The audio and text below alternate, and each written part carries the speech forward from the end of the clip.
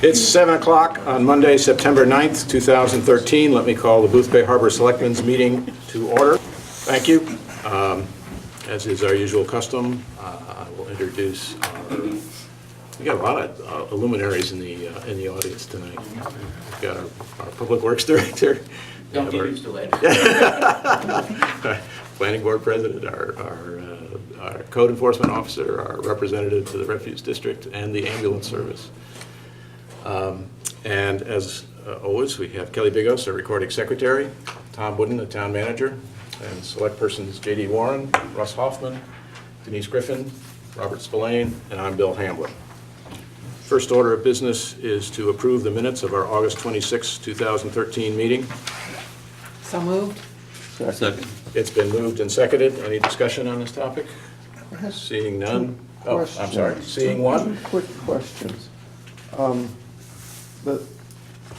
This is maybe showing my ignorance, but the word marshal, doesn't that have two L's in it? Fire marshal? Am I wrong about that? And then the other one was the Boothbay Region Information Center. What is that? Is there such a thing? Where are you seeing that? Just Yeah, so I what can see it pages? on here. Now I'm on page 5, 5. the first paragraph. Yes, there is. Okay, I'll tell you where it is after. okay. And Marshall looks like it appears twice on page 4. So are you recommending a spelling correction? I am. Or at least a check. I see one of them in the first paragraph. Sorry, yeah. Where's the next The one? second paragraph, well, you're right, first paragraph, I missed that one. So 3 places, first paragraph, and then second paragraph, the 4th line, and second paragraph, the 5th line from the bottom. Any further discussion? I will take it that we're now discussing approving those with those checks and possible corrections. Yes. All in favor? Opposed? Motion carries.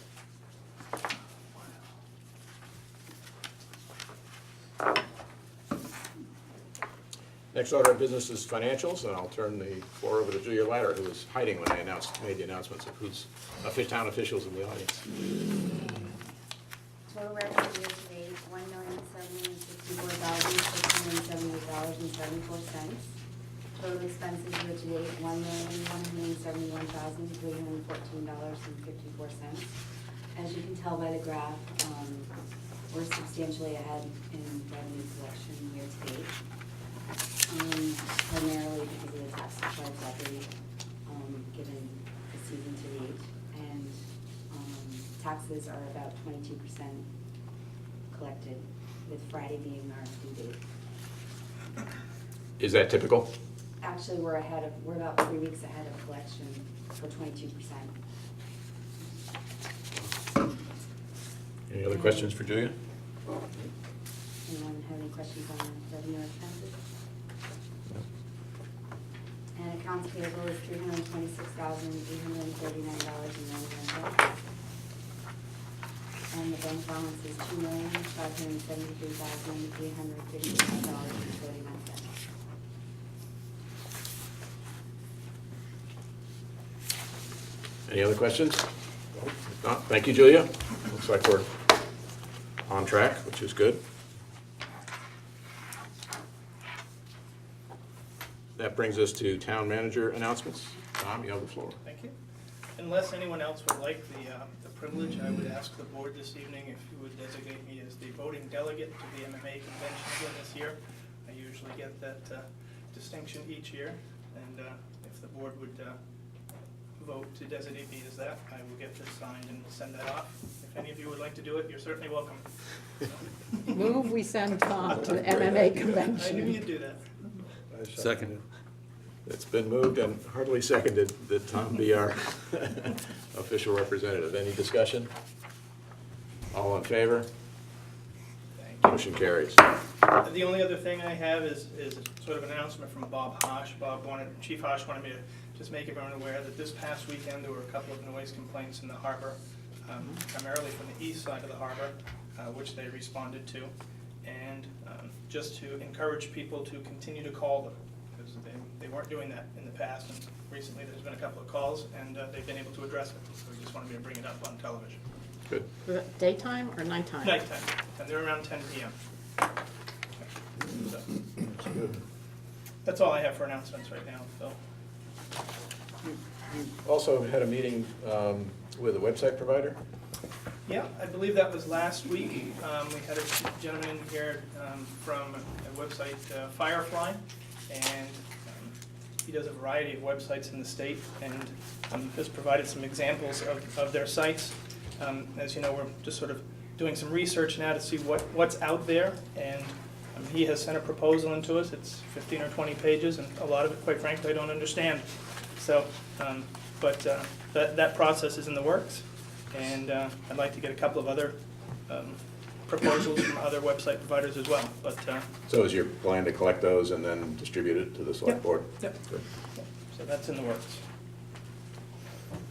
That's it? That's all I have right now. Yep. Thank you. There are no license hearings scheduled that I'm aware of. Nope. And that brings us to ongoing business. And the first item under ongoing business is Wharves and Weirs approval. Last week Denise and I attended a meeting for the application of Mark Osborne at 67 Barrows Road. And we need to act on that tonight. Move we approve the request for a floating dock at the Barrows Road address. Do I hear a second? Second. It's been moved and seconded. It's a fairly straightforward location.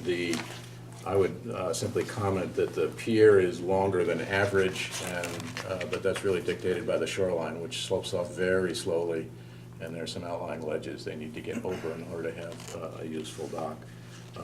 But it should not impede anybody's mooring or anybody's passage through that area, so I concur. And there are no riparian rights issues. They're well away from their sidelines, their neighbors. Any further discussion? All in favor? Motion carries.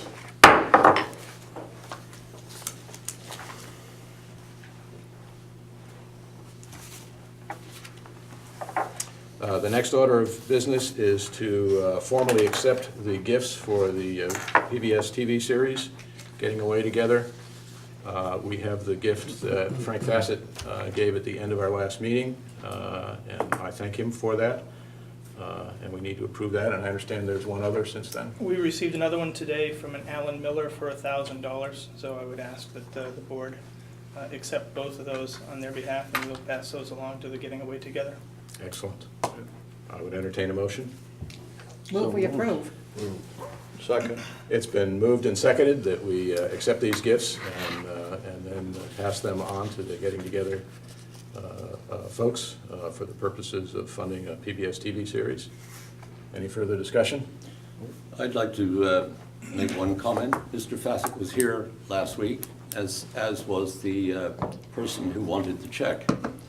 I still don't quite understand why you handed the check to the chairman rather than handing it directly to the person who was the chairman of the committee that had requested the check, who by the way came to the meeting very unprepared and was unable to answer most of our questions. Nonetheless, it just seems a lot of paperwork to deposit the check in our account and then to issue it to a third party.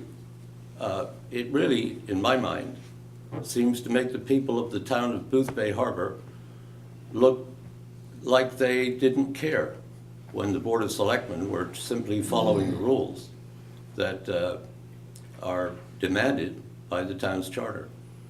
So I do not approve that it be passed through the town's finances. I think Mr. Fassett could well provide the check directly to the person who requested it. Okay. We'd open the floor for the townspeople. Frank? Yeah, Frank Bassett, and I would love to explain that. first of all, I fully understand why the select board can't give up money that hasn't been designated. Completely agree with that, okay? When you guys all talked about, and I wish I had the minutes, talked about what your hopes were for doing on the board this year. 4 of you said economic development, very important for economic development. And I think everybody in town agrees with that. And understand you don't have a fund, you can't just take money willy-nilly, okay? Because I look to you as the representatives of our town, and you express those desires. Again, understand and agree with why you couldn't do it, but to show our support as a community, you wanted to do it, but your hands were tied. Therefore, I made that gift as a gesture to allow the town to do that. It wasn't a power play by any means at all, and there's been some talk about that, and I'm not here to try to prove anything. I agree with you guys. So I just think that putting this program together, putting it forward, and getting other people involved, and showing that you know that we all care to this. That was my only reason for doing it. I completely agree and understand and sympathize with your plight. Your hands are tied. Board, Mr. Splain, that's why I did it. Thank you, Frank. Thank you for your answer. Okay. Anybody else on this agenda item? Any further discussion from the selectmen? All those in favor? All those opposed? Motion carries 4-1.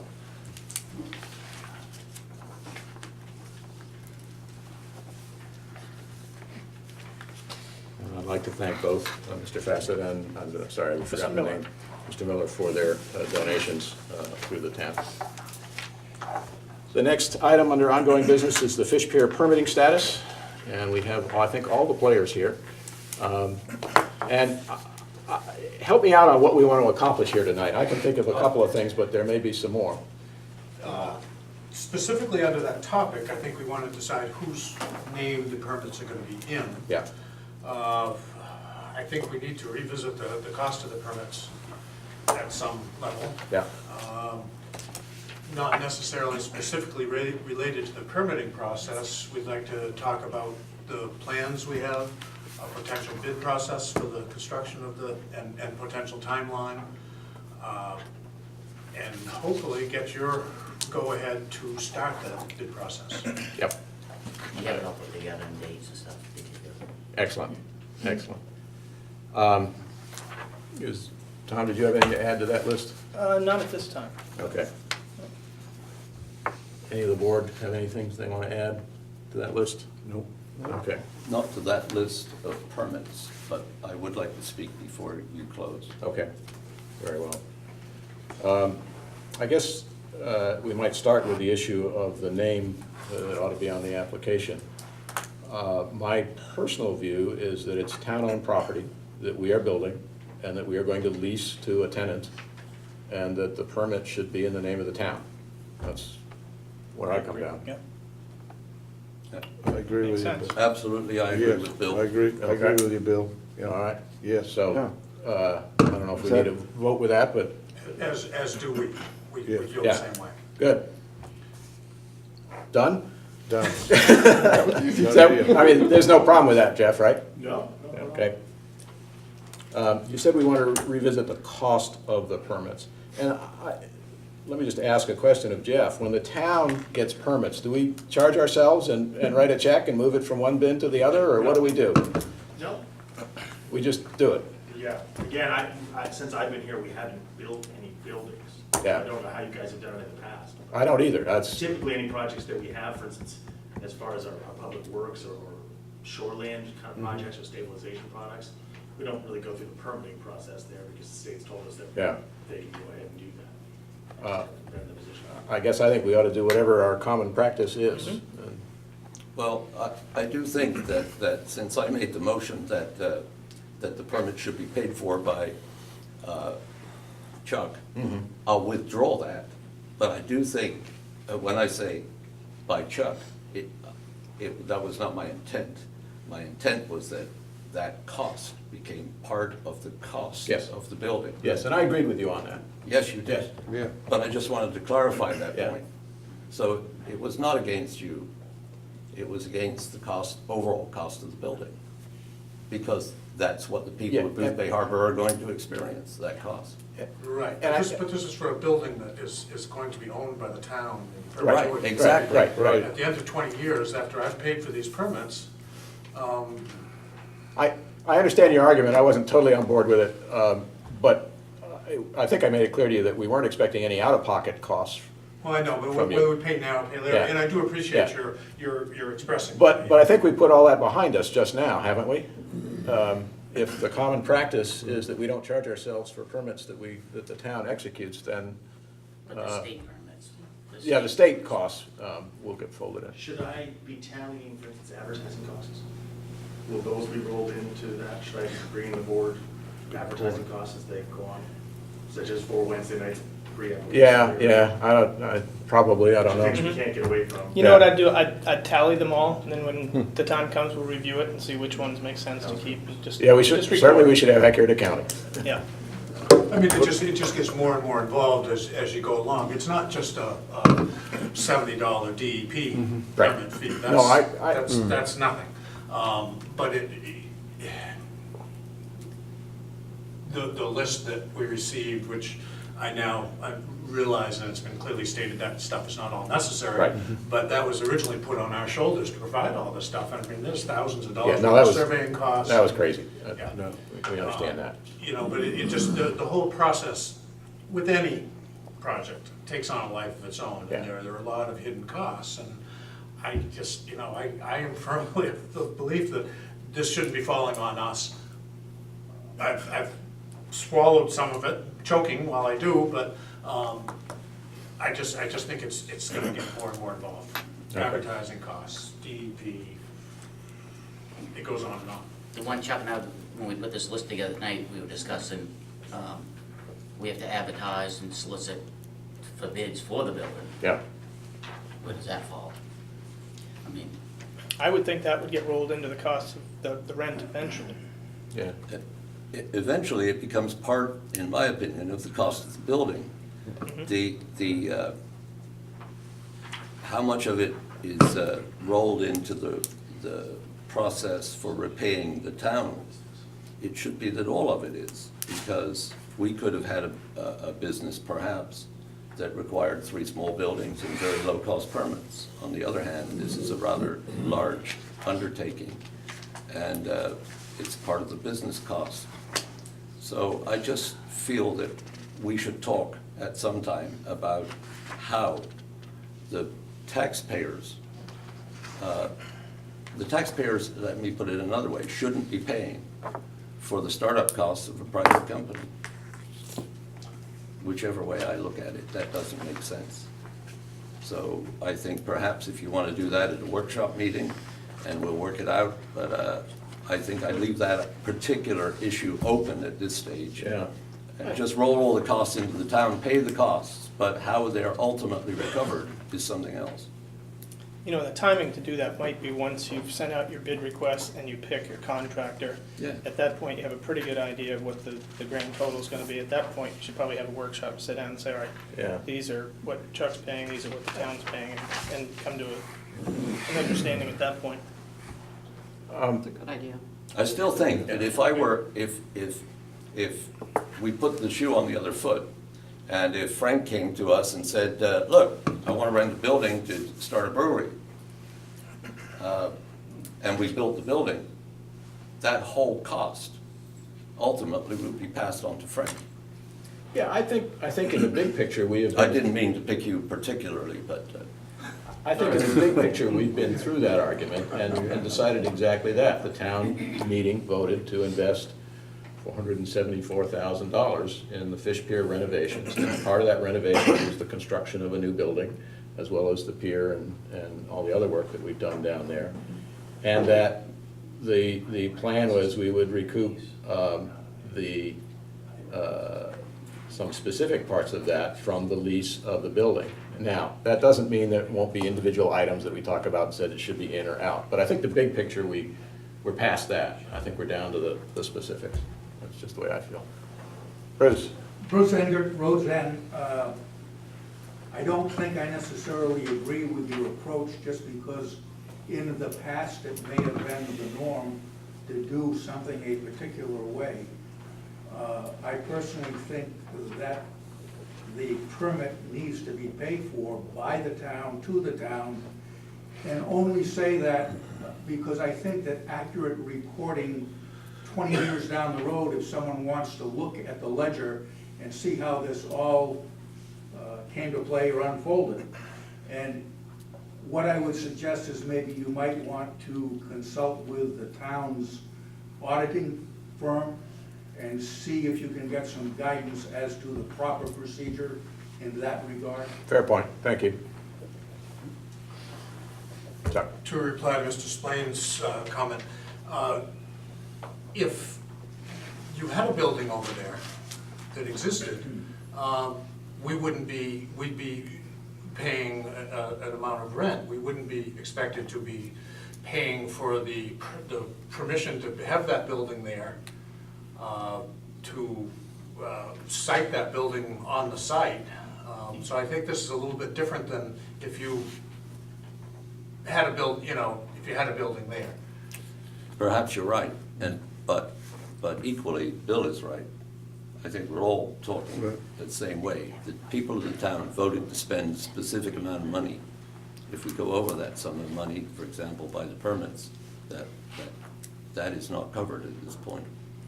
But when we sat down and said how much money we would put into the warrant, I'm not sure that we included permits or special permits.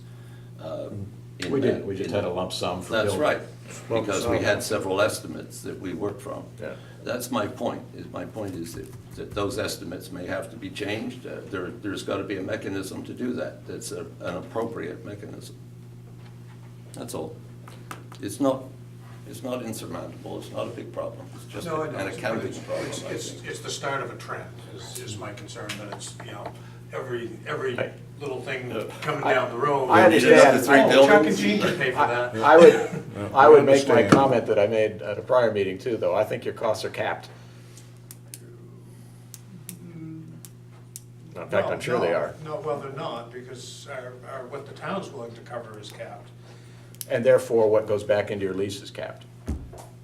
But we are responsible for paying for any overruns. Yes, yes, So yes. our costs Yeah. are not. Let me amend that statement. The caps, the overrun costs are within your control. How's that? Hopefully. Hopefully. Because we Yeah. don't have final design say. Yeah. That's the Well, other side of this. But we'll, Okay. we'll obviously work I'm with you. fine with those. Yeah, let's, Keeping this on the table for a further workshop. Sure. let's move on. The third item you mentioned was the plans, and maybe Jody, you have the, Chuck and I both got a set, so we can lay them out, so did you get the easy one, stand one up?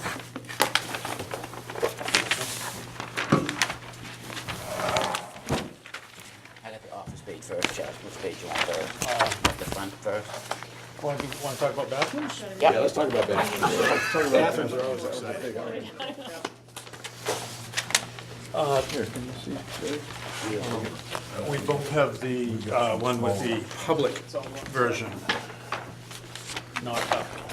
This is the private version, right? You picked that up there? Yes, that's the second one. This is the one that does not have public bathrooms on. Okay, You want the one with black? yeah, I'm interested in the public bathroom. Looked like a good job. I saw the AutoCAD version. There's a blow up of it. It's page 2 or 3, but there's a blown up version of it.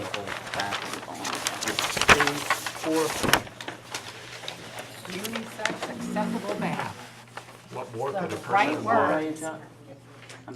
A410.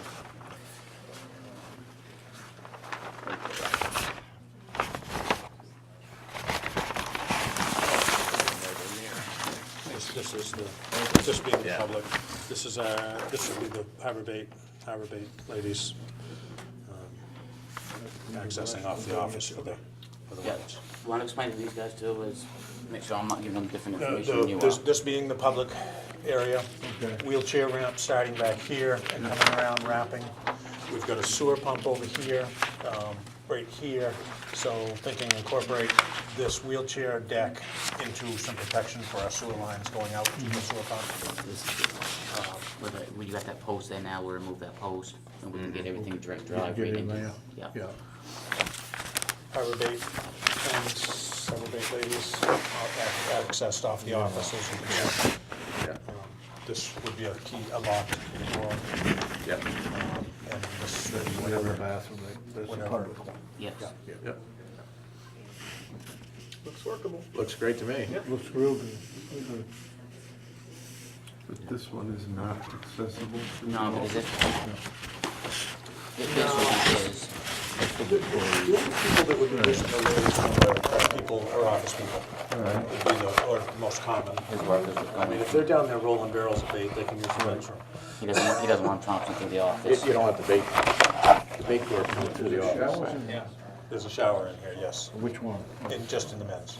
But to bring his diving gear and stuff in. That's He what I doesn't was want- he doesn't wondering. want- I was wondering He doesn't want if you Thompson mentioned it coming to the before. office. To be able to go in and just enrich. So the rich here, It makes all the sense. okay. I have a spot on the floor of my house that over the years has accumulated salt. It cannot dry out. No, it'll never dry. It will never dry.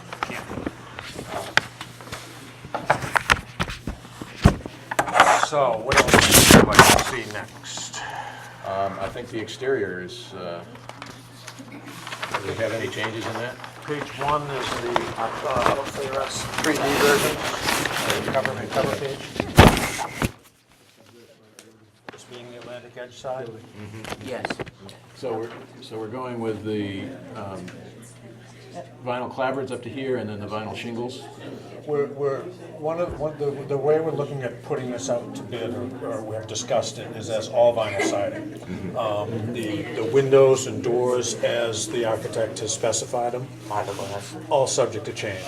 Once there's a contractor chosen, then we start saying, okay, if we go with this, how much is it gonna cost us? How much is it? Because it would get confusing, it would get confusing.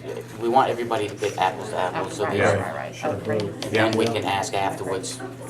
So which is the Atlantic Avenue side? This is what you'll be that? looking at Okay. from the road. And we talked about Big sign. Big sign. a big sign more saying signs there to Boothbay break Harbor it Fish up. Pier. Yes. Yeah, it'll break up that sign. With Yeah. with attendance and stuff. That will look very much like the gable end on the freezer building. It's a big wall. There's no question. And that's what probably we will break it up with this. and- Yeah, I like the Yeah. breakup. Can even put, Yeah. What do you plan between this wall and the street now?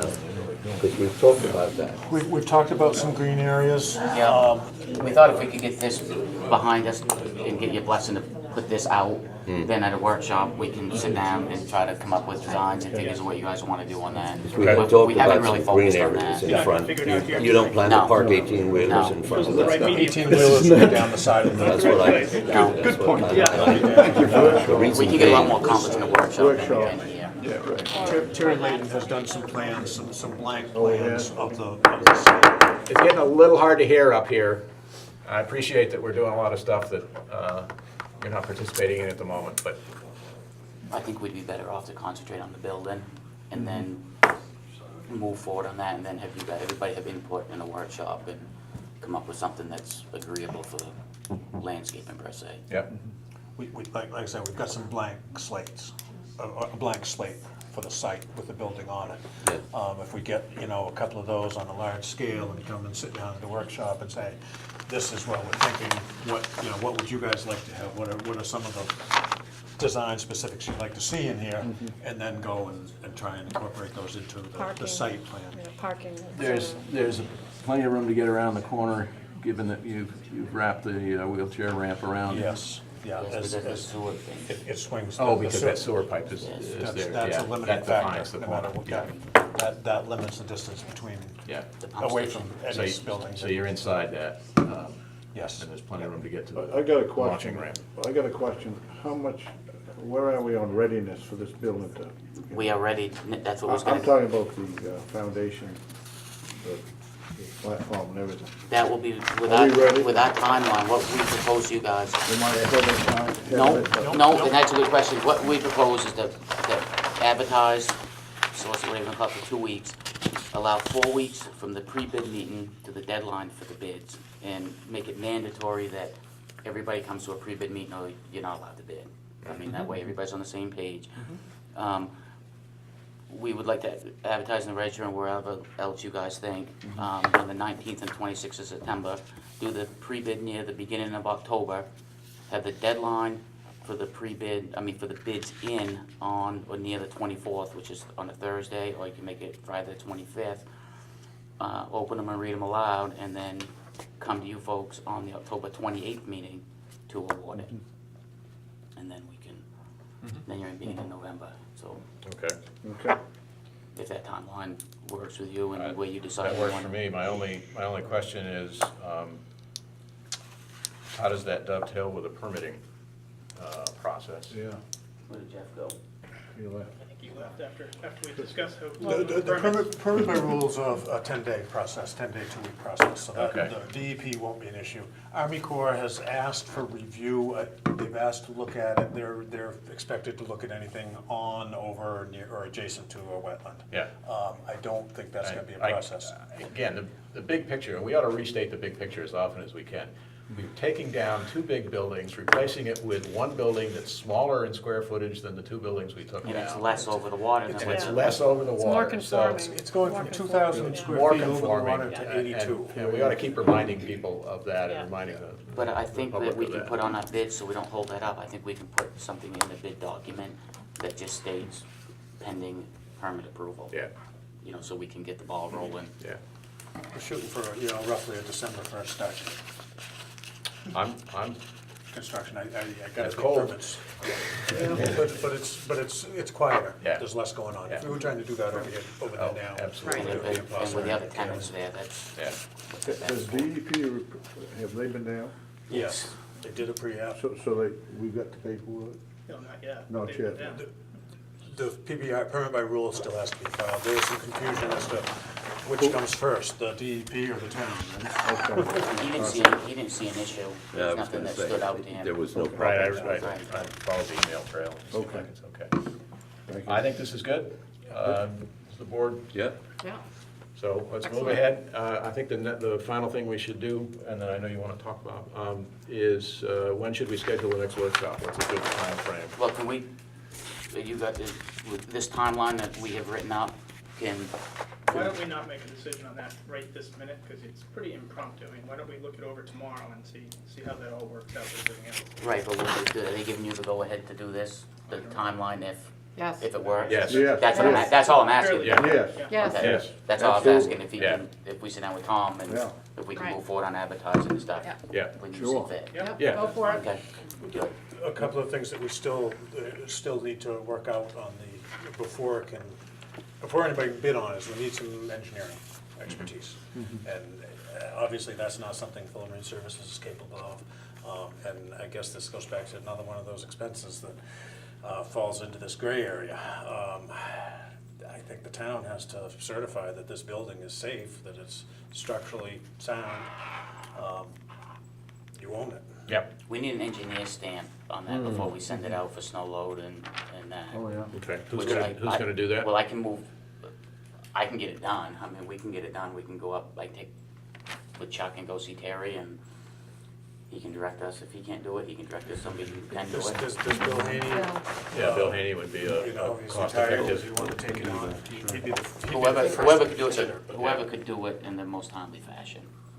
Trusses, the trust company will usually provide specifications on that, but there's reviewing the whole thing, do we need lateral bracing for the walls? Right, And, right. Yeah. given the Yeah. location, there are a lot of questions, and I don't want to tell you that this building's. No, you need an engineer, structural And engineer. if that would be all right with you guys, we Yeah. could start with Bill, or we could start with Terry. Yeah. Where we end up, it'd be who could do it in the most timely fashion. But, Timely and cost effective. yes. Terry, who Terry? Terry, right? Terry, And he's got a guy that does Oh, it. okay. yeah, there's state regulations on snow loading. I called the state about 2 weeks ago on snow loading here around Portland. And that there's a specific amount Right. per square foot. It's quite high here. It's high.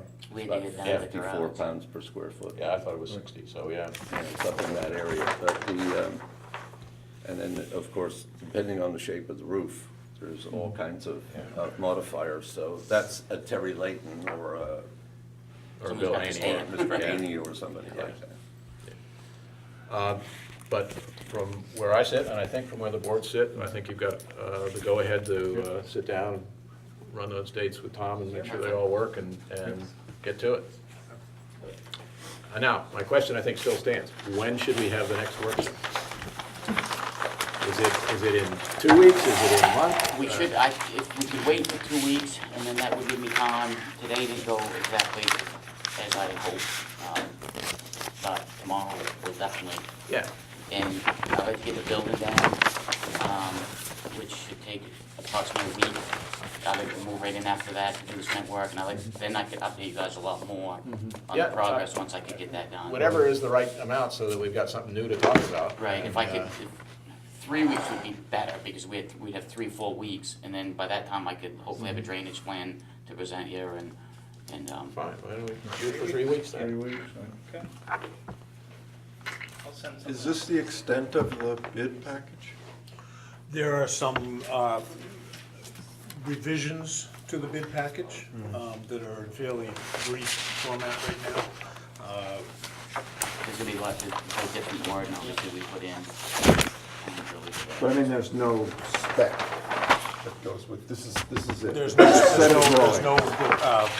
project manual per se. Some of the things that we've got, the concrete, there are definitely changes. Right, I mean, there are things that are specified here to material and But that's what dimensions, we're gonna but- put it as a proposal also. We wanna try to get an allowance on lighting. As part of it, somebody comes in and they've got $18,000 worth of lights, somebody's got $5,000 worth of lights. We wanna be a little Right. specific on it, so when we get them, we can narrow it down better. There are a lot of deviations from these plans, I should say. The 2 pages of just brief, quick notes, Okay. on virtually every aspect of the building changes. But at some point, I just had to call the architect off. Oh, sure. She was gonna be Yeah. into it till. We thought if everybody was bidding on the same thing, then we could do the changes once we pick somebody. Then we can do the small changes of what type of faucet you want. Do you want us to what do you want us to get to you for information? Do you want a set of plans for the office with? We can do that with Tom tomorrow. Just one, Yeah, let Tom drive that. Okay. We can just do it Thank from you, now on, right? thank you for arranging to get me the DWP. Yeah, of course. And I checked. Most people can't say that. And I checked, you can, I can't. This is the first I saw of it, right here. I checked it, it's accurate enough, but if you could, another time, that 3D one, the 3D, I would prefer the 3D one for a reason, and I'll tell you what that is in just a second. You want a copy, don't you? You want a copy? I'd like the 3D one, yeah, just that front one. Just that sheet, Yeah, okay. because I can work with that better. Before we hear from Selectman Spillane, is there anybody else in the audience who wants to comment on this agenda item? Nothing in the way. Going once, going twice. And we return to the Selectmen. Just one point, and I'm really addressing this to Mr. Wooden. Mrs. Donna Piggott called me as well, and she wrote to you, I see. Yep. And I was pleased to see that she had, and she thanks you sincerely, and I told her I would pass on her message to you. She said, the noise suddenly went away. So she said, I'm very happy. And I told her that you are a wonderful fellow and you would keep the noise down and so on, and she appreciates that. She did ask what was going to happen next, and I told her that there was a very good chance that the white building would disappear and another building would be built. And she asked about that's why I asked you a moment ago about the facade. What was going to happen on the Atlantic side of the building? And I told her that you had contemplated some parking spaces and then a separation from Atlantic Avenue by some kind of a green zone. And she said, well, you're not gonna park an 18-wheeler on the street anymore. And I said, I don't believe so, but I'll mention it publicly. She's very happy at the moment. She said it's like living in a new world or something like that, so she's happy with you. That's all I wanted to say. I was going to ask earlier if the noise complaints for the outside, on the east side were from us, because I had not heard of any. I don't think they were. No, they were. No, they were from you, I'm pretty sure of that, but she's happy with you right now, and she thinks you're a good neighbor. This too will pass. On this That's agenda, all, I'm done with that. You're late. I apologize. Bill, I just mentioned Point Comco, Boothbay Harbor Planning Board. For public mention, there will be the first public review, or I should say there's a meeting on Wednesday night. The applicant is going to be there for a pre-app meeting. So anyone that wishes to hear more about this in another public forum, that'll be Wednesday at 6 o'clock here in the town hall. And this is about the fish pier. Thanks, Mike. That's the end of ongoing business. We now turn to new business, and the first item under new business is the ambulance status report. Robbie's here with us, and All right. That's it. thank you. I'll try to go through as much of it as I can quickly. Okay. And answer whatever questions. There has been, I know during the budget, we talked about community paramedicine. There is a pilot program that is approved through Lincoln County Healthcare that is going to be some sort of community paramedicine countywide. Still new, there's several pilot programs around the state. Northeast Mobile Health has one in a couple of areas that they serve. Tenants Harbor has one down in that area. Basically what it does is it augments home health and it augments senior services where if somebody gets discharged from the hospital, some of our people can go and check on them in the near days after they're discharged for medication compliance and just check on them to make sure that their discharge was timely and that they are actually keeping up with their orders. What it's really designed to do is, it's really designed to keep readmission rates down, which is, if you know anything about the new healthcare, that's a big thing. And a lot of it is because people go home and either don't have the means or don't understand what the follow-up instructions mean. Right now, it's not funded by many insurance companies. In the beginnings of all these programs, they're community funded. Everybody feels fairly strongly that once there's some data that shows that it works, it will be funded through the federal agencies. And I believe that we've been the recipient of a Dory Taylor grant for the last 2 or 3 years. And we've had conversations with that group recently. I think that there's funding available through that for this as we go forward. And I also think that one of the groups that administers this grant has some contact with this area and understands what is changing here. And there may also, which they normally don't do, but there may be an avenue for us to get a one-time operations grant. So they told us that when the grant process starts again next year, that we should file for whatever we need, even though if it doesn't fit the parameters.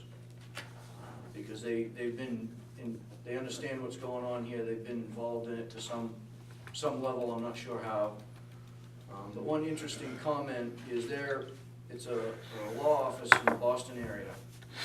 And they have told us that even the hospitals and the EMS services in Boston are turned upside down because of all this healthcare changes. They said it's turning everything upside down nationwide. And that's why they're being open to doing anything they can to help in the areas that they provide. The critical care EMT program which is the extended scope for the paramedics for transfers. That program was funded by a Dory Taylor grant. That training is gonna start later this month. Most of the upgraded equipment is either here or has been ordered. So that's gonna move forward. And that's a pilot program also that's sponsored in the Lincoln County corridor. Primarily us and CLC Ambulance are participating in that. So that's another good thing. What we're hoping that will do is position us in a way to gain some more transfer revenue, as we spoke about in the budget reviews.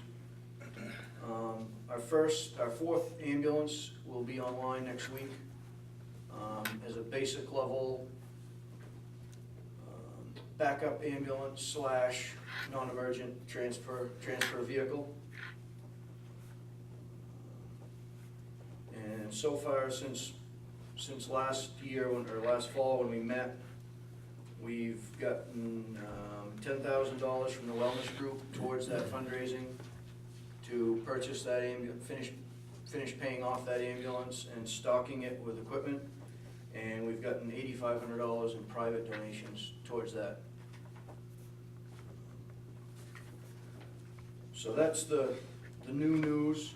We are staffing up. We've dragged our feet a little bit due to making sure that we had the money to cover the expenses, but we are staffing up. We're continuing to finalize all the arrangements with Lincoln County Healthcare, where patients are going, how they're getting there, and all that. They are working on some sort of non-emergency transport within Lincoln County Healthcare from the village. Because obviously during the day, a lot of the patients that need to go from the village to have some sort of care, they don't require a full ER, and they don't necessarily require an ambulance. And the state laws prohibit us to go to the urgent care. So they're working on a plan within Lincoln County Healthcare to transport those patients themselves from the village to the urgent care center, if it's appropriate, to go there, which will greatly lighten the load on us and greatly lighten the load on the ER at Miles. Does that help you or take away revenue? It takes away a little bit of revenue, but it's also, I hate to put it exactly this way, but a lot of those are nuisance calls. The other problem that we get into is a lot of those patients, when they get to an ER, it's not a medically necessary transport to bring them home. So Lincoln County Healthcare really needs to come up with some sort of an avenue for that anyways. Right now, we do a fair amount of those just because it only takes us 5 minutes. And we do it as a courtesy to the hospital and just move the patients back to the village. But when it means taking an ambulance out of the area for an hour, it's not feasible for us to do anymore. Yeah. You know, it kind of falls under the lift assist. You know, it's a community service that we do that it's gonna turn into more than that now, so. Were those numbers included in your statistics before? They're in the statistics, yes, but we had expected that those numbers were going to drop slightly because of this reason. Some of it is gonna be that if the patient does need to be admitted to the hospital, that patient's gonna go from the village to Miles directly, and there isn't gonna be a second call. Yeah. So some of it's just figured into our loss and call volume. So I won't say it's 100% captured, but a lot of that has been taken into account with our numbers for what the call volume's actually gonna be. Thanks, Rob. And some of them are non-billable calls anyways, so they're actually a detriment to us at times. And so fiscal year 2013, we did 1,565 calls, which is about 180 to 200 more than we had planned, which is good for revenue, but not good for those of us that have been doing the calls. Year to date, we've done 383 or 384. There was people writing run sheets when I left the station tonight, so somewhere in the high, mid 380s. which is relatively reasonable, in the ballpark for what we do this time of year. And because of all the stuff that's been changing and all the work we've been doing in the office for other stuff, we've kind of fallen behind on getting our invoices out to the 3 towns. So we're actually not looking very good budget-wise, but right at the moment, we've spent $240,240 of a $960,000 budget. And So those numbers were starting in July? I When you gave said you- year-to-date, do you mean I July? gave, yes, I gave you fiscal year numbers, just because I knew we were gonna be, usually when we do budgeting, we do calendar year numbers, because that's, we count the calls till through December, and that's what we use on our budget sheets, but I figured tonight we were gonna be talking about fiscal year financials, so I would give Yeah. fiscal year numbers. So the 240K, is that a full quarter Yes. or less? It's actually a little bit more. It's through last Friday. So But I thought the quarter's July, August, September. June, Oh, right? no, excuse me. Right. That's why I was Starts asking, July start 1. July. Sure. Yes. Okay, that's what I was asking. Yes. Yeah, That's- so it's less than a full quarter. Yes. Are you doing the right quarter? Well, he's talking, you were reporting on the third quarter. Your fiscal year ended June 30th. Right. Yeah. And so how did the fiscal year end? Oh, the The fiscal, June okay. 30th I'll fiscal back year? up to last year. Okay. We finished with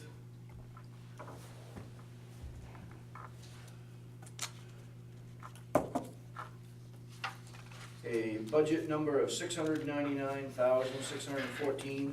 What was budgeted was $691,489. So we're in the $8,000 over budget range. Our bill, I don't have what we budgeted for billing numbers for last fiscal year with me. But year-to-date, or for fiscal year ending in June 30, 2013, we had a revenue of $667,969.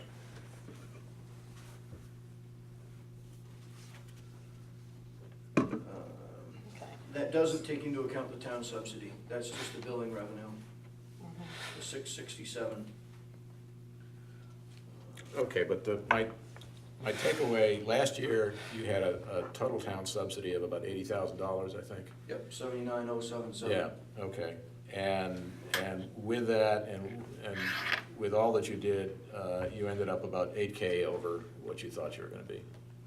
8K in the red. No, the operating budget was, No. the expenditures were budgeted at 691, Mhm. and we ended up spending 699. So we were about 8,000 over. On the revenue side, we were 667, and I couldn't put my hands on what we had budgeted for revenue. But that's without the subsidy. That's without the subsidy.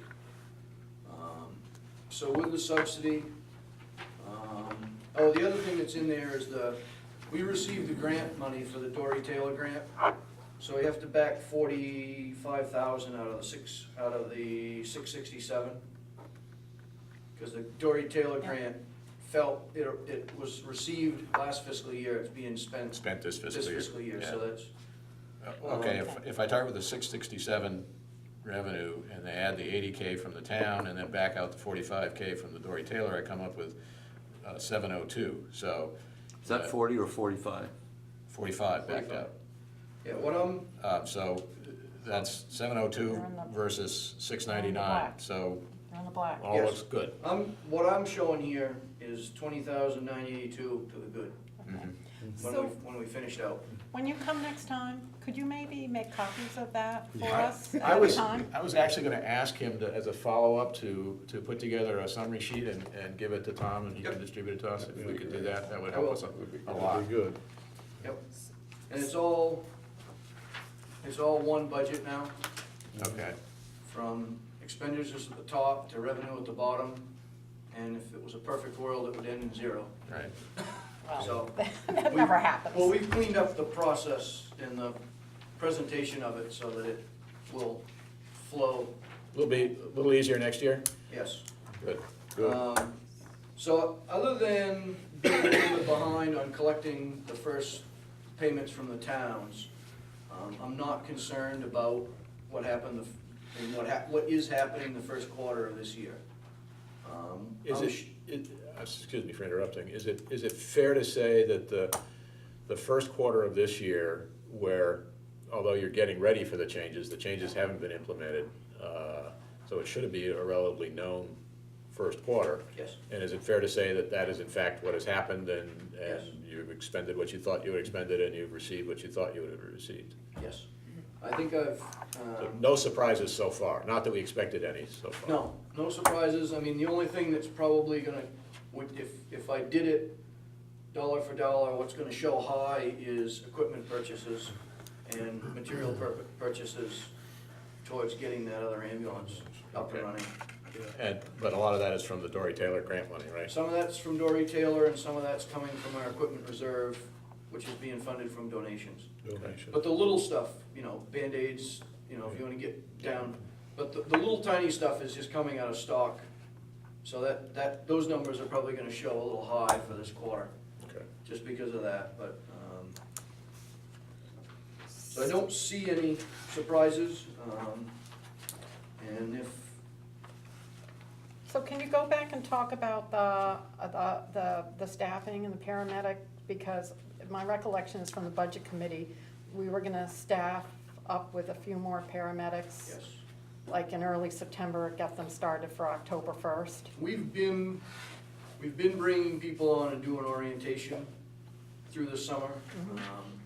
And we've had enough call volume that I think we've been able to do most of that orientation without causing much of a bubble in the budget, because we've actually been able to use them to do calls as well during that period.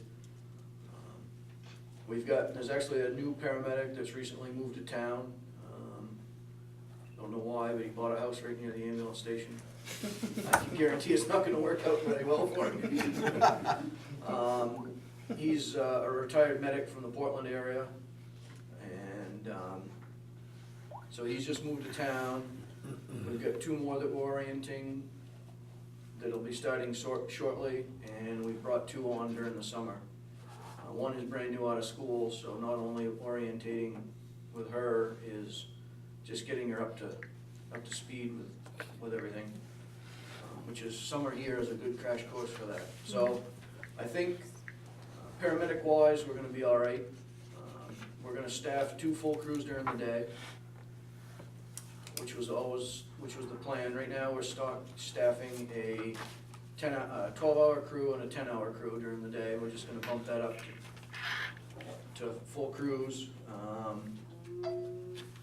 And at the start, I think we're gonna start with a full 2-person crew at night, and we're gonna try to see how it works. We're gonna try having a on-call backup crew. And depending on what the night call volume is gonna tell us whether that's feasible or not. We talked at length about how much we can ask people to do that have to go to work the next day.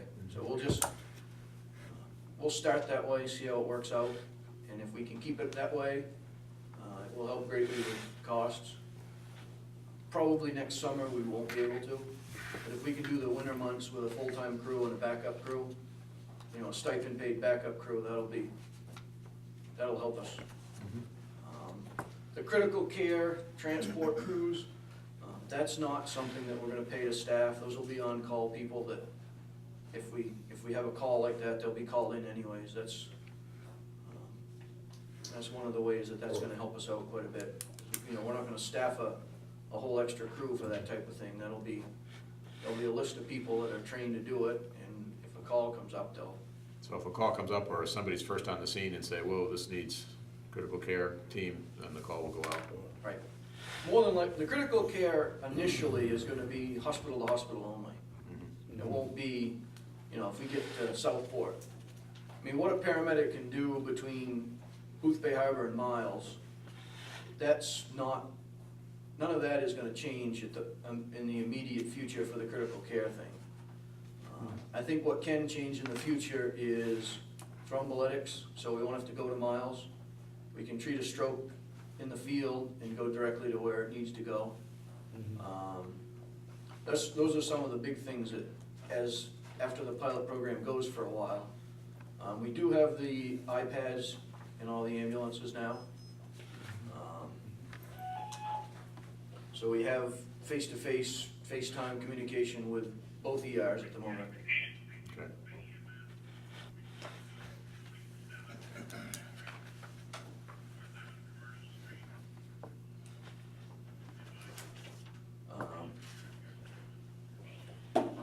So that's, those are all in the works, and they're all gonna start somewhat slowly, Okay. but it's, Questions from the board? So I think I heard you say 1,565 calls in the fiscal year that ended in June? Is that right? I think we budgeted in the 13. And is there a breakdown of the types of calls that those were and maybe the miles? I'm just wondering if that's the best metric for performance. There's all kinds of reports that are available. Yeah. The state of Maine has adopted a electronic run reporting system, and that's what we use. And the state is struggling a lot with the reporting function of it. Last year. So 4 different types of calls, trips, dollars, hours, breakout. So yeah, it's available. It's available, and we can do We all got, or? Okay. we can do a full breakdown of this quarter when it ends. And that'll give a full look at what that was. Okay, good. Yeah, I think that'd be good. I think it'd be good if you could come back in November and then this quarter will have ended. Yep. You should have time to put those numbers together. I think my only concern is, I'm glad that you're on track with the budget. I'm glad that you're on track with the new hires. I think when I recall, what our budget process was last winter, we approved the big increase in the budget, and I know there were some unknowns there, but I think my recollection is that you and Scott felt that the new paramedic staffing was probably going to work and be sufficient. I have to tell you that I was a little perturbed to read the Colin Woodard article and the comment that I think was made by Scott in there. And also an article about, with another kind of negative comment in the Globe article. So I just am concerned that, that we have great new staffing, huge new budget, where I thought people were really confident about it, and then I read comments that, well, don't know, if you're the first one, call 911, you're in luck, but if you're not, you may be waiting for an ambulance. That was, I'm some not of sure. those comments are a Yeah, little I'd have to look at that. unnerving. Yeah, no, that's not the case. Oh, I'm glad to hear that. No, and that's, one of the easy things with this whole planning has been the real emergencies, the real sick people. We all know what to do with that. Those people are gonna get treated and they're gonna be taken to the most appropriate hospital. The real gray area is the people that may or may not need an ambulance, or may need to be taken somewhere that's not medically necessary. Those type of calls that we are out of the norm. They're not, if you call 911 and you're having chest pain, we know what to do. If you've fallen down and broken your hip, we know what to do. But being 30 minutes from the hospital, some of these calls that end up gray areas are gonna be tougher to deal with. And that's what the real anxiety is for everybody, is those in-between type calls that You know, we're the ones down here that call. You know, how do you weed through that to make sure that there is staffing available while you're doing something that's like that you've gotta do because somebody's called, but at the same time, you wanna make sure that if somebody is having a stroke or a heart attack, that there's proper level of care left to treat Absolutely. them. And Absolutely. those are the real scary parts, and we will strive very hard for that, and I think that everybody here on the board has got contact information for Scott and I. If you see something you don't like, or you hear something you don't like, please call, or even if you give Tom a call, I mean, he can email me at a moment's notice. The other two things that I forgot to mention, which are probably important, through a one-time donation, the mortgage on the Wiscasset Road property is paid off. That's all debt-free now. Well, that's fantastic. Good and news. Yeah. In the process of that, we are working on listing the house. I'm not sure if we're gonna have a lot of luck listing the house to see if somebody wants to move it off the property. But we're gonna start with that process. We're also gonna finish the driveway planning and figure out just how much of that property we actually need, and the rest of it will go up for sale. And Can we go back to the house for a minute? Sure. If you find you can't sell the house, maybe we could look at something like, seeing if an organization like Habitat for Humanity or Rebuilding Together could move it and refurbish it. Might not be worth it, but yeah, I'm just throwing it out there. no, I think the midsection of the house, that was the original house, probably could be moved fairly easily. The two additions, I'm not sure about.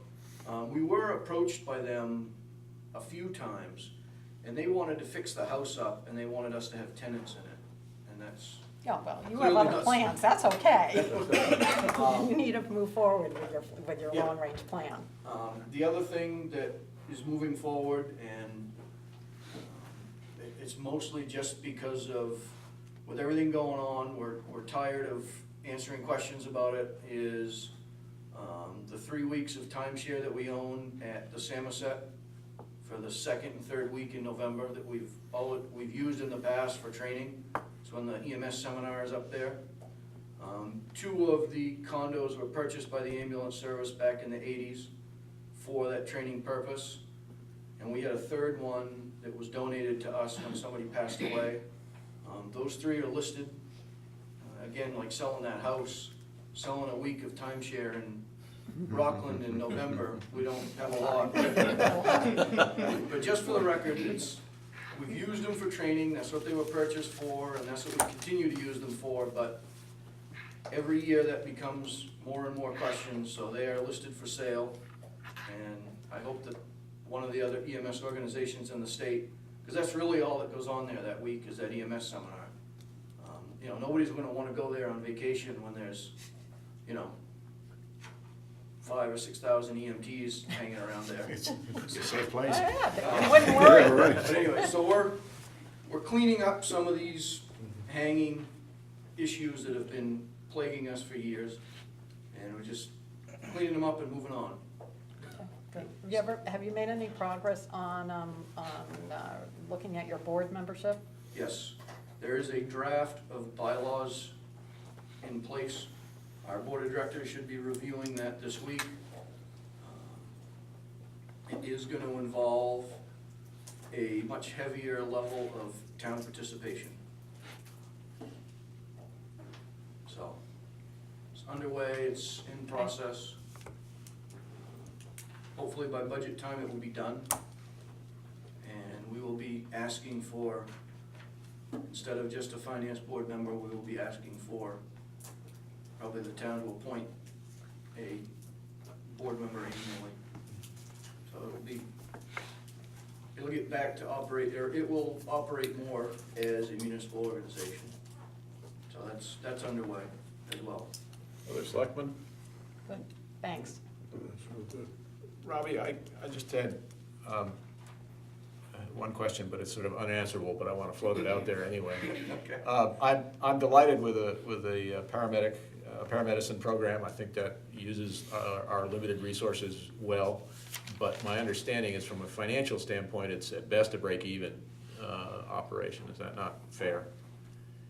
It is for the time being. Yeah. And if we could get grant money to do the startup on it, hopefully, that's what most of the communities are doing, is trying to get grants and donations to start it. You said that, and I agree with that. And they're hoping that within a few years, with all the changes, that it'll start getting funded. And I applaud your efforts for getting grant monies in the Dory Taylor funding. I think that's really helpful. But I guess what I want to say is, from the big picture, we went from for our town, something like a $40,000 assessment to a $200,000 assessment, $190,000 assessment. And you know, so I've got two overwhelming questions. One is were your models and your expectations going to hold up, so that if there were no changes made, is that going to continue? And we won't know that answer for a couple of more quarters, but that's a big question. And then the second part of that is, if that does continue, what can we do to drive that number back down? Because that's just a huge hit for this town, as you well know, as we all know. And so, not for this time, but for next time, maybe some thoughts you had about the big picture and how to get back to something that seems a little more digestible in terms of cost per person for the town. Our goal is still to be at minimal subsidy. We've heard it loud and clear from the select boards to the residents in the coffee shops. Yeah. And we're pounding we're chasing every transfer and every revenue dollar we can. I mean, you're probably more familiar than I am about what happened in Camden, which struck me as not a similar situation, where they had a local ambulance service, and the cost got so much that the town put it out to bid, and the local guys didn't win. Now, I understand most of them have been hired by Northeast, and I don't know how it's going. I don't know if it's going well or not, but. One thing that's happening up there and in the Northeast system is they're obviously so much bigger than anybody in the state. I heard, and it is merely a rumor, but I heard a rumor that they're paying over $22 an hour for a paramedic with full benefits. So if you want to go to that type of service where you're going to be in an ambulance for your whole 10 or 12 hour shift, which is, I mean, that's how they are, they're going to start depleting the number of people that are available for the smaller services. But I don't know, and I don't want to get into it, but I don't know all the ins and outs, but I know some of what happened, and I know some of the reasons why the local service burned some of their bridges. Yeah, maybe that's a discussion over a cup of coffee at some point. Yep. We hope not to be there. We hope to work with the town and stay providing the service locally and have everybody be able to have local control of it. And I appreciate your statement that you've heard the message loud and clear, because that's all we can do at this point in time. Any other selectmen comments? Any comments from the audience? Palmer? No, I didn't mean to interrupt before, but it seemed to me that you're talking about the wrong quarter in the beginning of this. You should be talking about April, May, and June. Your first payment in this fiscal year, starting July 1st, is to be based on the documented expenses of the ambulance service for April, May, and June. Okay. And I haven't heard any of that yet. Well, we heard the total year results, which included April, May, and June. I know, but the payment that you make for July the 1st is to be based on what their expenses were in April, May, and June precisely. That's what was voted on by the budget committee, the selectmen, and the voters at the town meeting. That was the resolution for the $166,000, I think it was, odd dollars. The budget fell within what was budgeted last year. So what we invoiced for was the same dollar figure we invoiced for last year. You had the same expenses and everything from one year to another? Within $8,000. I guess at this point, I understand your point, Palmer. I would toss it to the town manager who's administrating this, and I think he understands that point, and we can work it out. No, you seem concerned with the next quarter coming up, and it didn't seem to me that you had a finite. You're right. position on the first. I am focused more on Thank you. the future. Yes, Helen?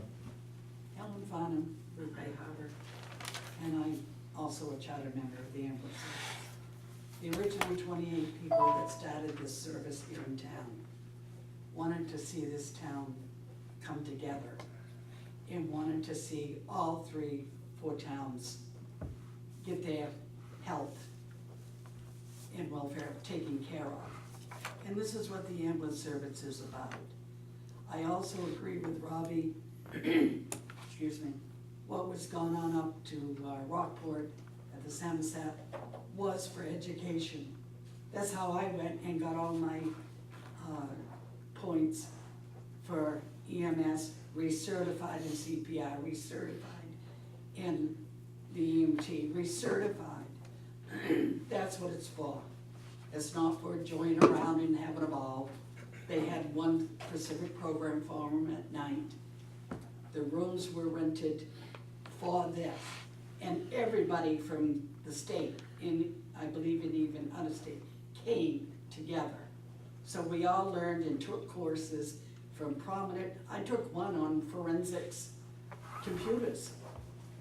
You know, it's things like that that people go up there for. And they shouldn't be brought up ever again, like Robbie said. That was training, and that's what it is.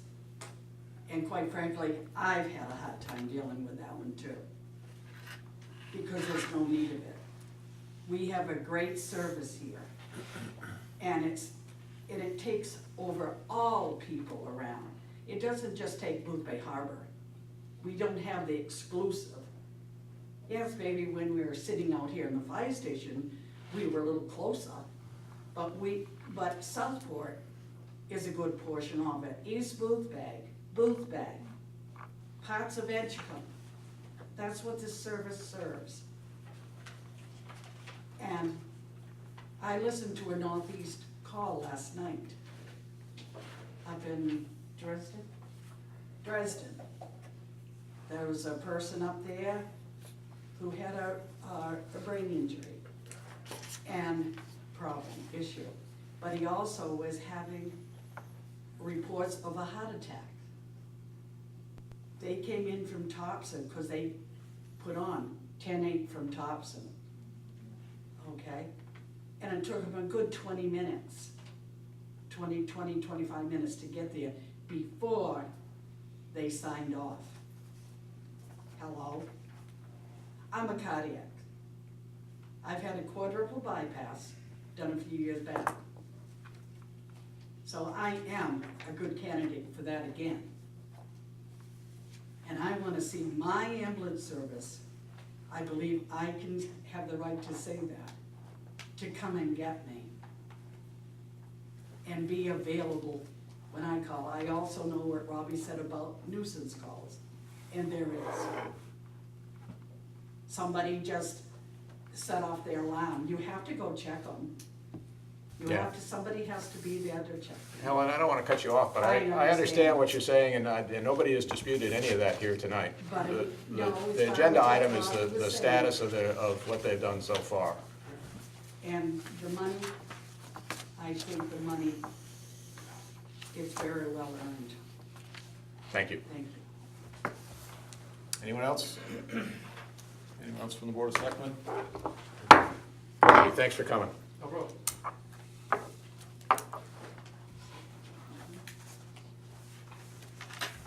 The next item under new business is the tennis court status. And the issue has, maybe Tom, you might have the best summary of it. Yeah, well, as everyone knows, the school has broken ground for construction of their 3 new tennis courts. And their intention is to, as soon as those are up and running, no longer use the municipal courts that are in the parking lot next to the street.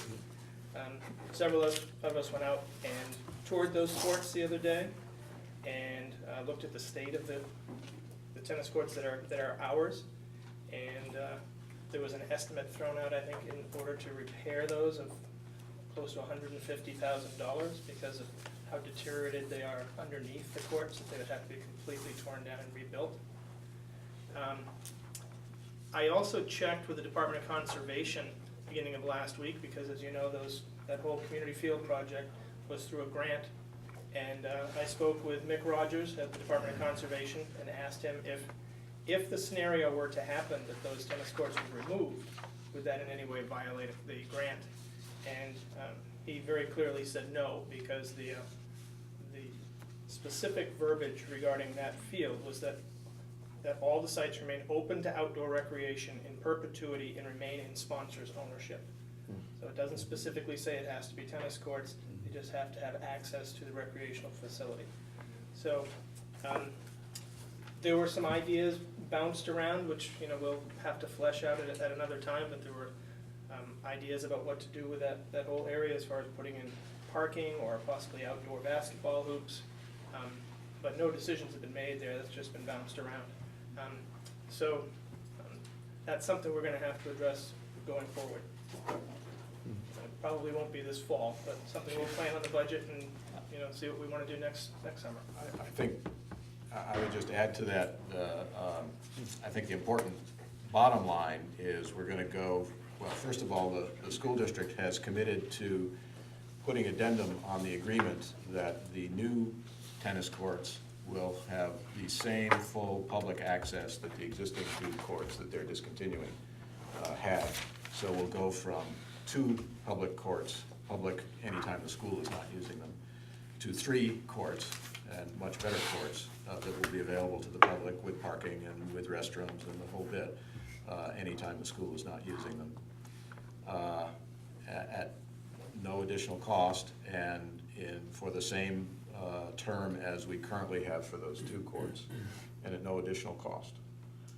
I had one other point that it flew away.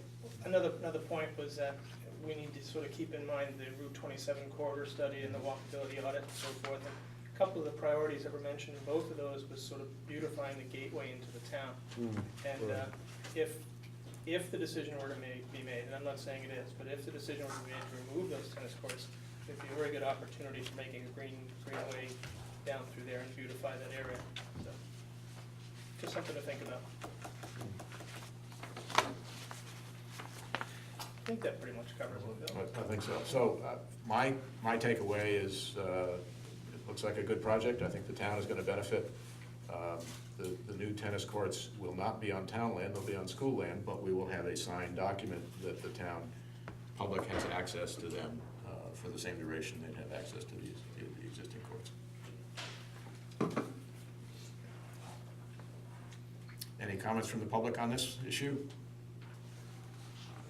Any comments from the, oh, I'm sorry, I didn't see your hand. Sure. Bill, my town walkability workshop.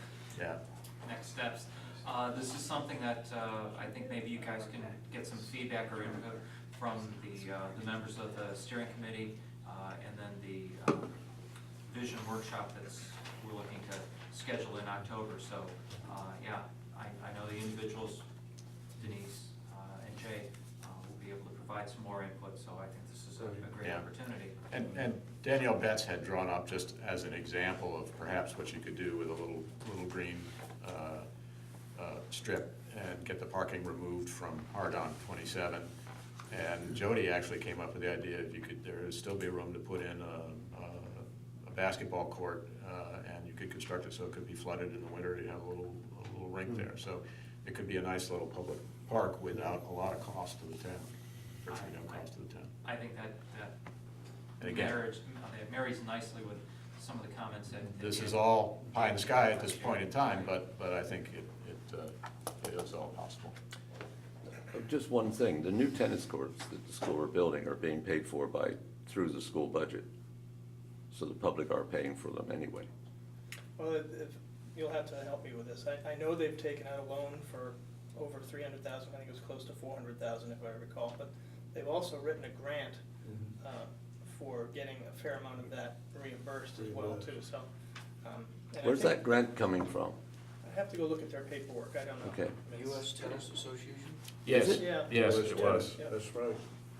Yeah. US 10. And the superintendent thought that at this point in time, and thought is 2 weeks. She stated that their current budget will absorb the new tennis courts without any increase. Good. So without any increase that would flow back to the I think she said taxpayers that of the loan town. was 20 years, didn't she? Yeah. I think so, Yeah. so it would have a minimal impact. Yeah.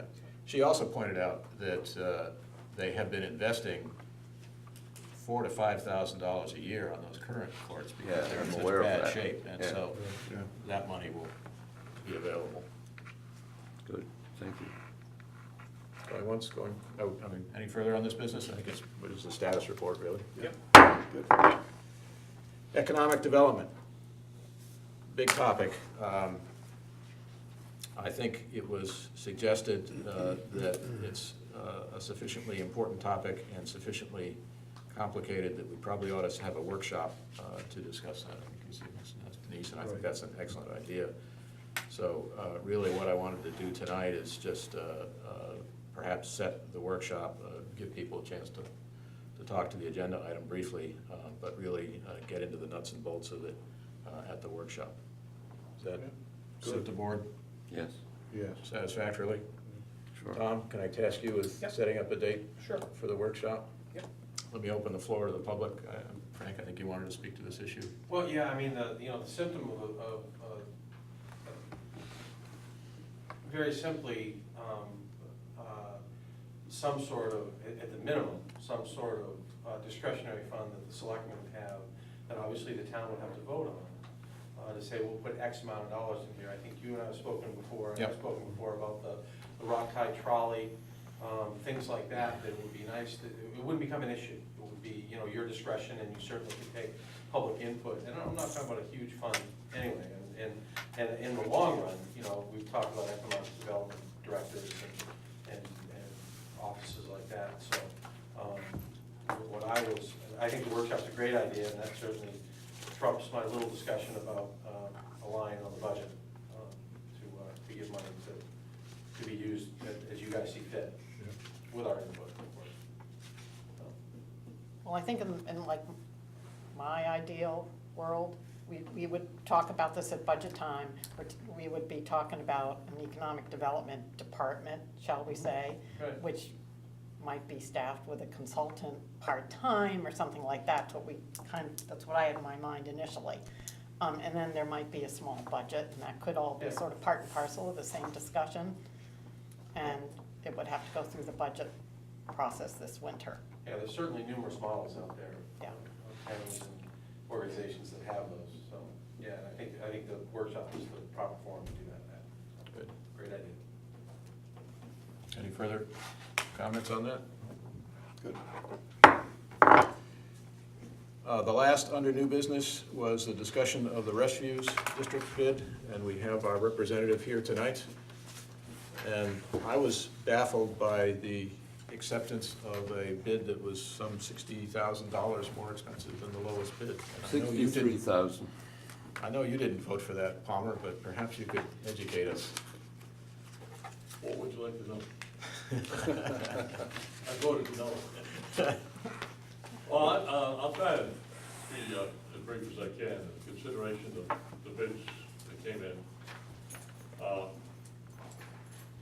The lowest bidder, the local outfit from Bolton, Maine.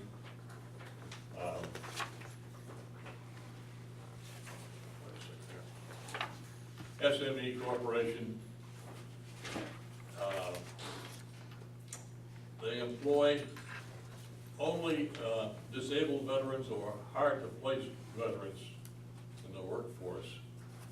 I know this is a social consideration, but I think the social and community consideration should be taken into effect by government, which the Refuse District is, in fact. When you say hard-to-place people, as you know, people, or may not know, especially people with post-traumatic stress disorder, who do not necessarily have to be veterans, you can suffer that in other ways, can become difficult at certain times.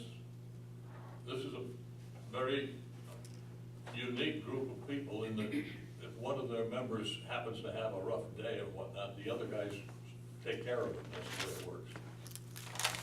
It's also a company that's under an ESAP, which means an employee share acquisition plan. They're in the process of this construction company eventually being owned by these employees. I personally would have tended to favor this company had it been the high bidder rather than the lowest bidder. Rather oddly, it turned out that the majority of the board of directors favored the highest bidder, which is the Morton Company, which is named after the community where it resides, Morton, Illinois.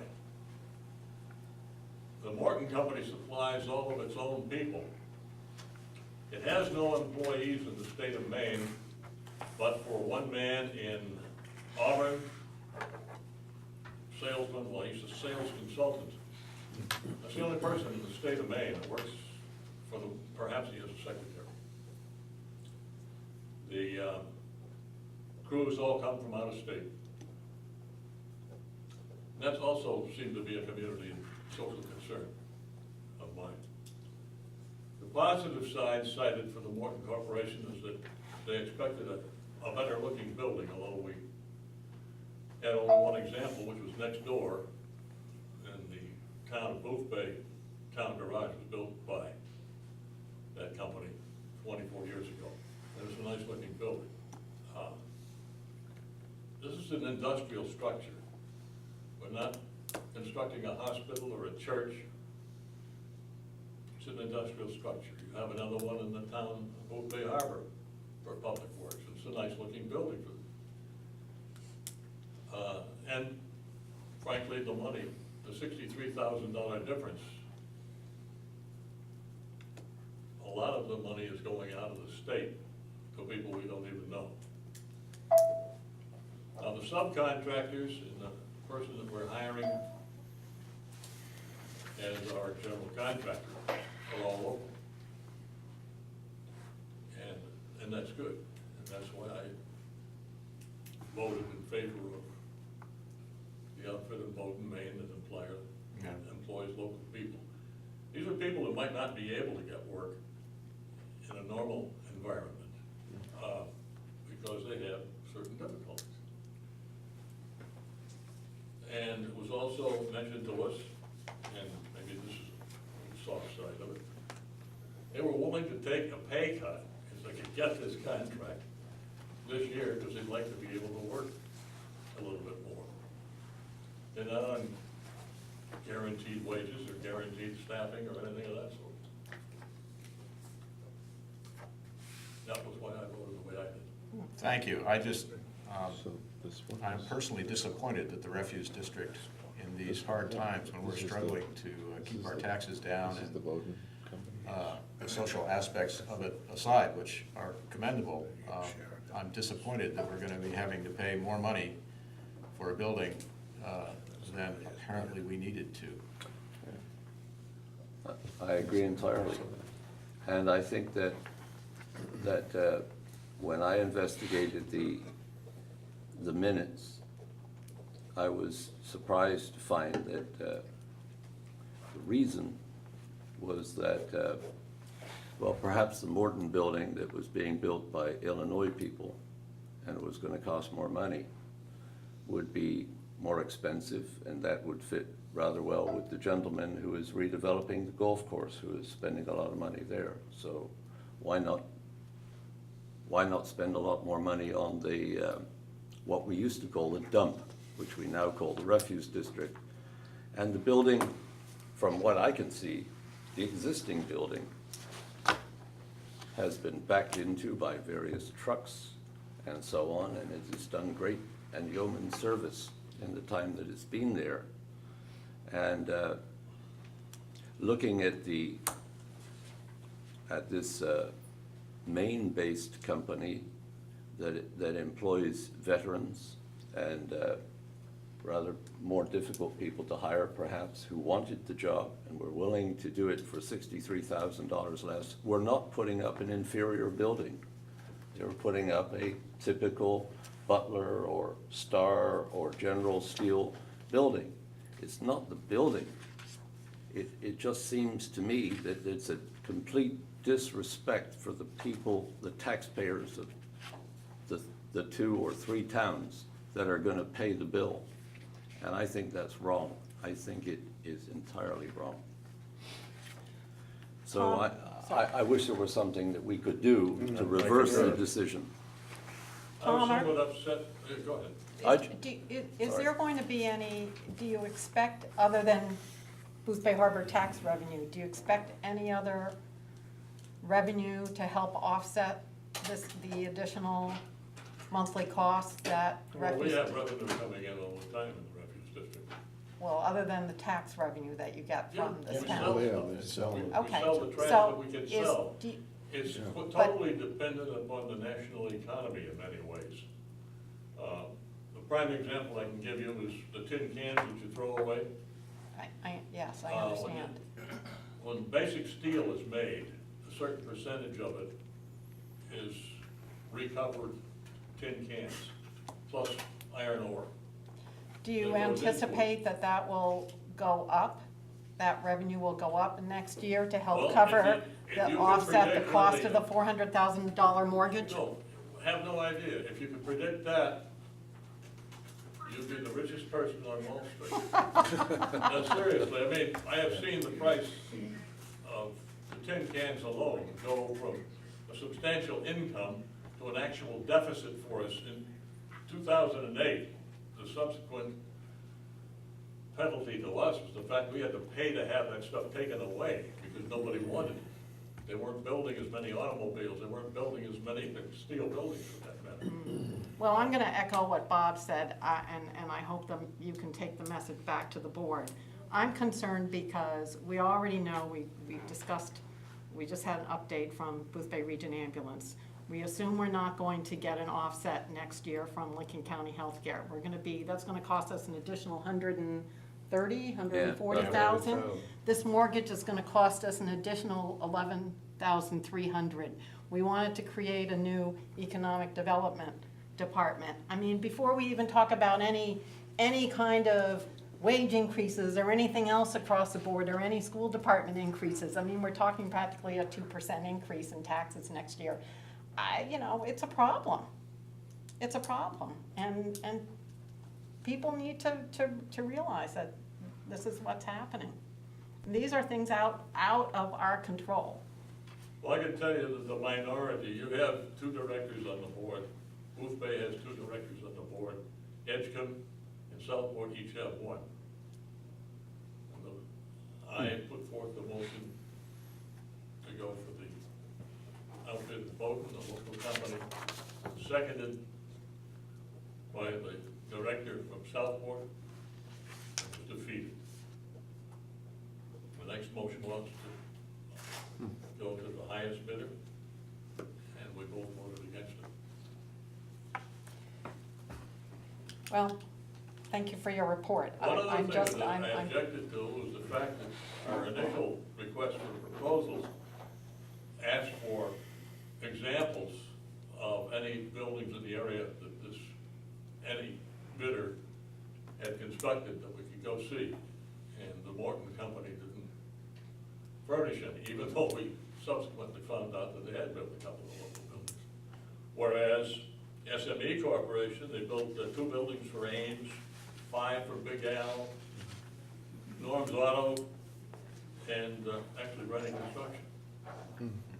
Mr. Rennie, who happens to be our general contractor, has buildings built by each of these companies. I've since found out he was very straightforward in staying out of our discussion as to showing any favoritism for Rennie.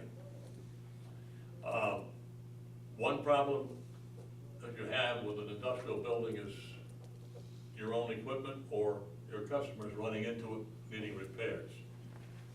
It so happened that Mr. Rennie's building that was built by Morton some time ago had some damage and he called Morton to have it fixed, and he was told, we don't have any crews down there, goodbye.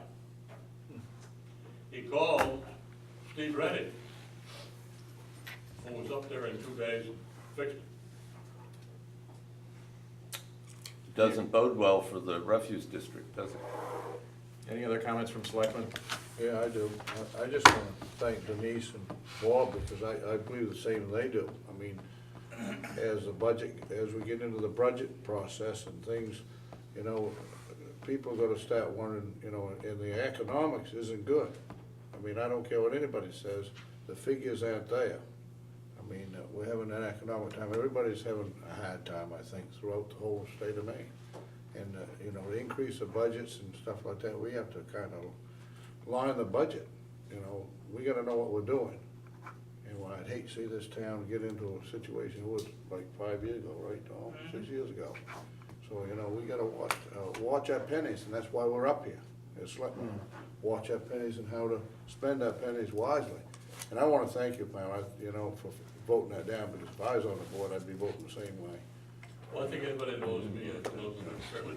So, that's my I'm careful comment. with my own money, and I try to be much more careful with other people's. Anybody from the public on this agenda item? In regards to the money is a big issue.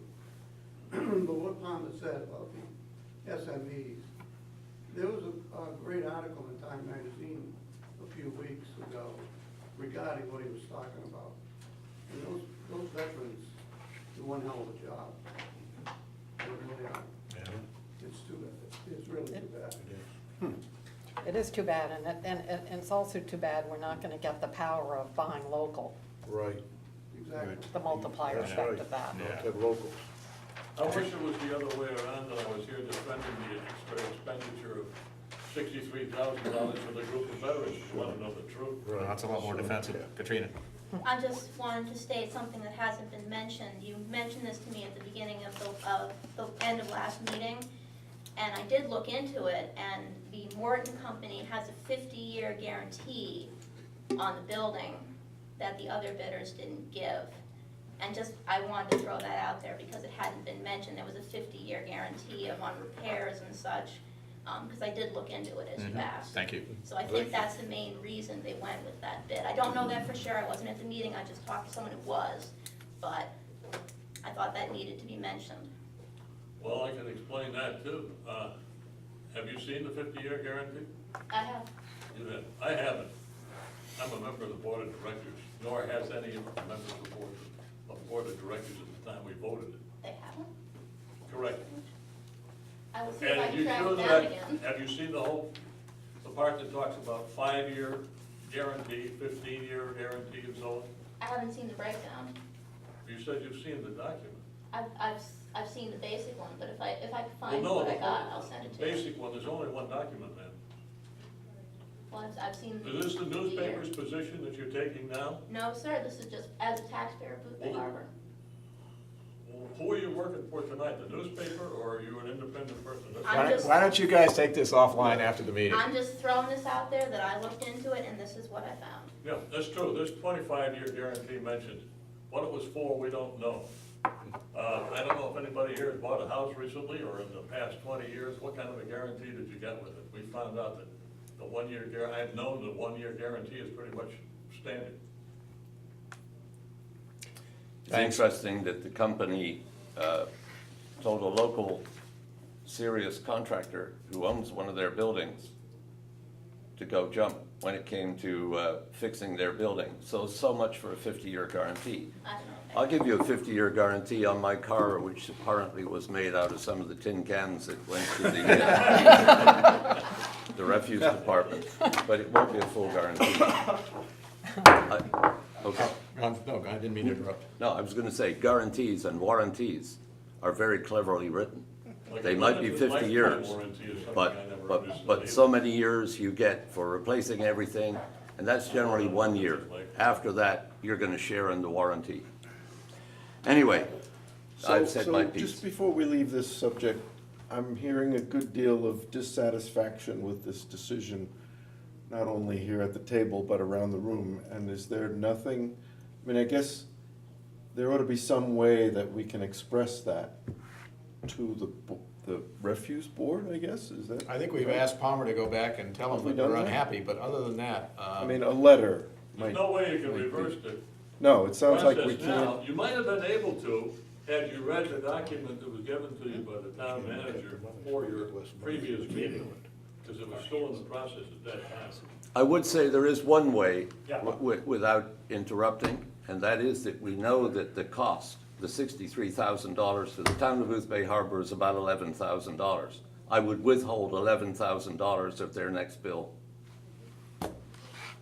Simple as that. You don't have to pay the bill at all. I know, and then they All don't you pick have up to our do is- garbage. I understand that. You have an option. Yes.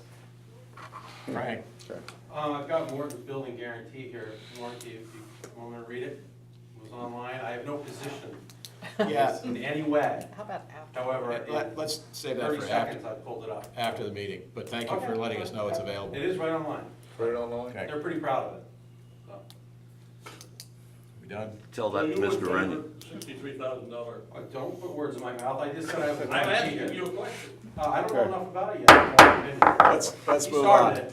I know. The next agenda item is the public forum. This is the section where there, new agenda items can be raised or general questions can be asked. Mike? Sure.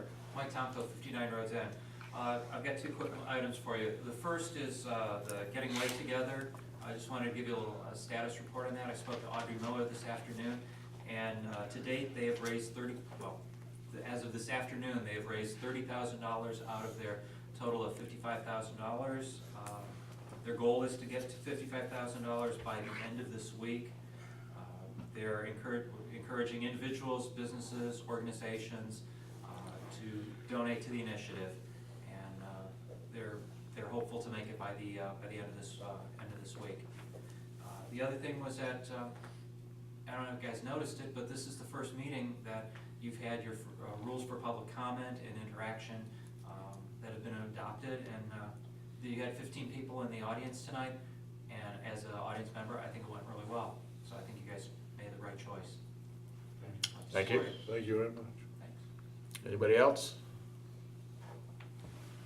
Once, twice? We do have an executive session tonight, so I would ask if the public could clear the room. A motion? No, I'll make the motion that we approve the warrants upon their considered review by this Board of Selectmen. Second. It's been moved and seconded that we carefully review the warrants. That's fair. That's close enough. Any discussion? All in favor? Motion carries. The next item is a motion to adjourn. So moved. Second. It's been moved and seconded that we adjourn. There can be no discussion. All in favor? Aye. Aye. We are adjourned.